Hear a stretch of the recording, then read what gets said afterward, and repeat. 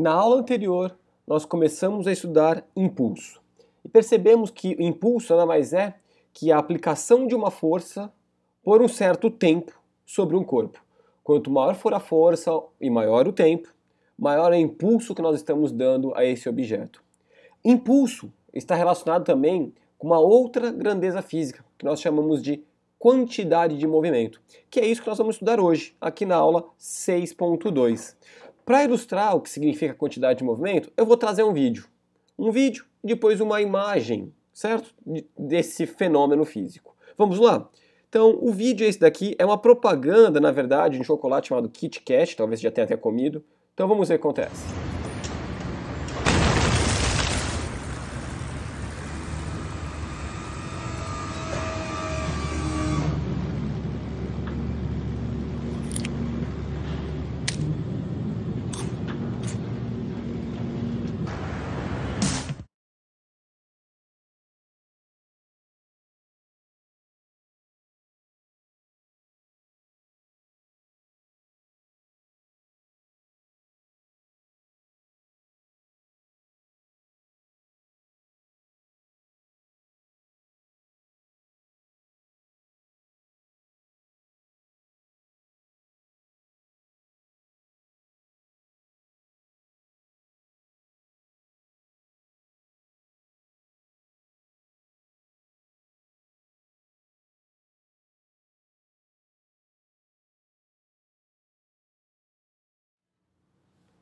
Interessante, não? Então, o que é isso que eles construíram? Você sabe? Você já viu esses brinquedinhos que vendem em várias lojinhas de presentes, você vê no aeroporto para vender? O nome disso é pêndulo de Newton. Por que pêndulo de Newton? Porque Newton foi a primeira pessoa a descrever a conservação da quantidade de movimento.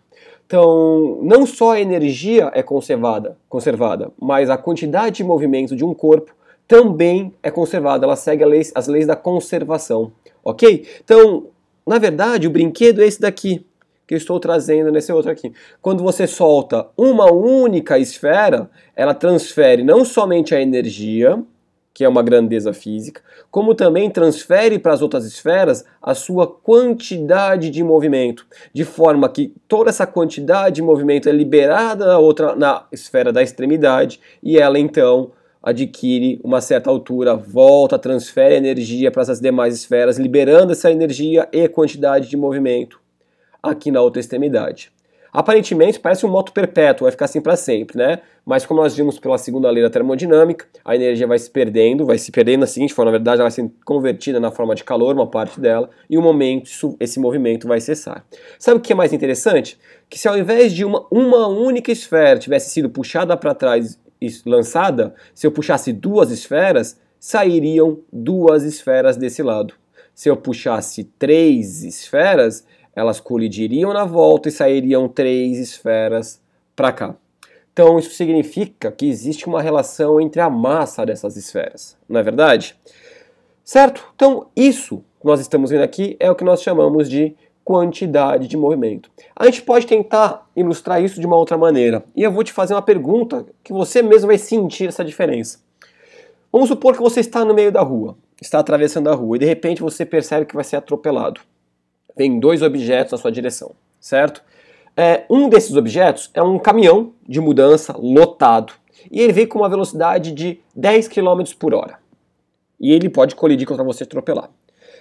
Só que você tem a possibilidade de tentar desviar desse caminhão para o lado, só que do lado que você pode fazer isso, vem uma bicicleta, uma pessoa numa bicicleta, exatamente com a mesma velocidade, os mesmos 10 km por hora. A minha pergunta que eu faço é a seguinte: qual você escolheria para ser atropelado? Você não tem outra alternativa, você vai ser atropelado nessa situação. Você só tem que decidir entre qual dos objetos vai atropelar. Um caminhão com mais de 1 tonelada carregado, muito mais de 1 tonelada, por sinal, a 10 km por hora, ou então uma bicicleta vindo com os mesmos 10 km por hora. A resposta mais óbvia é que você prefere ser atropelado por uma bicicleta. E por que isso? Porque, na verdade, a massa da bicicleta é muito menor, tanto que seria muito mais fácil fazer essa bicicleta parar do que fazer o caminhão parar, embora os dois tenham a mesma velocidade. Isso significa quantidade de movimento, ok? Então, quantidade de movimento, deixa eu tirar isso daqui pra gente. Quantidade de movimento é uma grandeza que relaciona não só a massa de um corpo, mas também a sua velocidade, certo? Quantidade de movimento, além de se conservar, ela, além de ser uma grandeza conservativa, ela também é uma grandeza vetorial, ou seja, ela possui direção e sentido. Matematicamente, como que a gente pode quantificar o que vem a ser quantidade de movimento? Então, quantidade de movimento, vou usar a letra Q de quantidade aqui, só vou colocar o símbolo uma única vez aqui, ó, dizendo que ela é uma grandeza vetorial. Ela é a multiplicação, é o produto, né, da massa de um corpo pela sua velocidade. Olha só que interessante. A massa de um corpo pela sua velocidade, esse produto nos traz então aí a grandeza quantidade de movimento. Todas as unidades estão no SI, portanto, a massa tem que ser dada em quilogramas e a velocidade tem que ser dada em metros por segundo. E qual que é a unidade disso daqui, então? Vai ser quilograma, que é a unidade de massa, que multiplica metro por segundo. Esta é a unidade de quantidade de movimento. Isso nos diz que, se você for olhar aquelas nossas aulas especiais, o tema 18 aqui do nosso curso de física, é o tipo de grandeza que você não precisa decorar esta equação. Você simplesmente pode fazer a análise dimensional e saber que se a unidade da grandeza quantidade de movimento é quilo vezes metro por segundo, significa que você tem que multiplicar a massa aqui pela velocidade. Quantidade de movimento também é chamada, nesse caso, de momento linear ou momentum linear, ok? Então são nomes que você pode encontrar por aí. Para terminar essa aula simples, porque depois nós vamos juntar as coisas todas, vamos ver um exemplo.